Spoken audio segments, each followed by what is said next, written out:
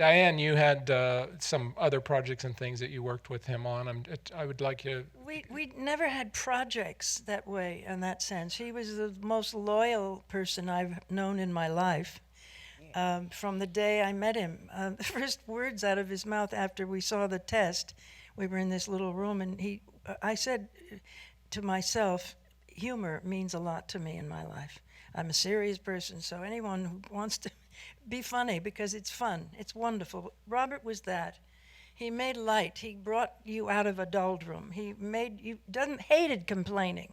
You don't call Robert and complain about your life, otherwise it's over.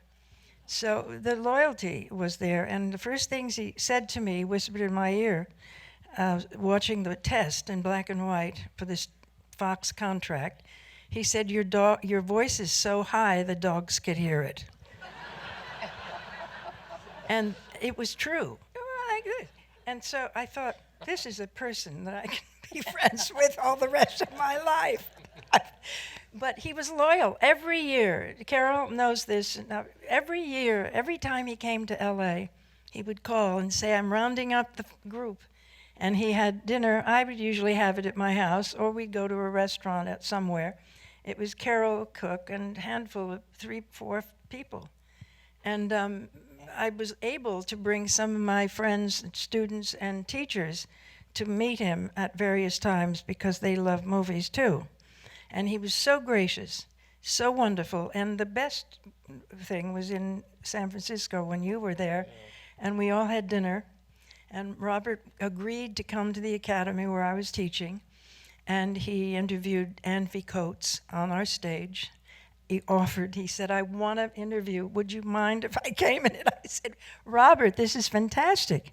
So he came over and he interviewed her and got to meet all these young people. So I want to thank you, Randy, because it's so important that the young people know Robert Osborne. So we owe it to them to give them a spirit, a beautiful spirit of thoughtfulness, of kindness, of love. Everything anyone's saying here tonight is true, and more so. So in the truest sense, we owe it to him to carry on this. And it's not just about his passion for movies.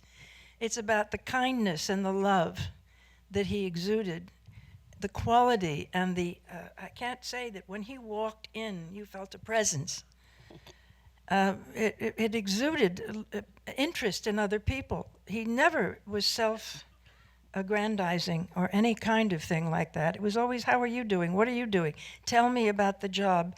I even asked him, what should I ask for a salary? I mean, it was that far. What should I do with this idea of teaching?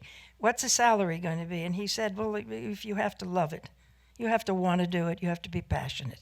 So for all of the young people here tonight that I hope will stay for the film, it's a treasure, and it was his favorite, one of his favorites.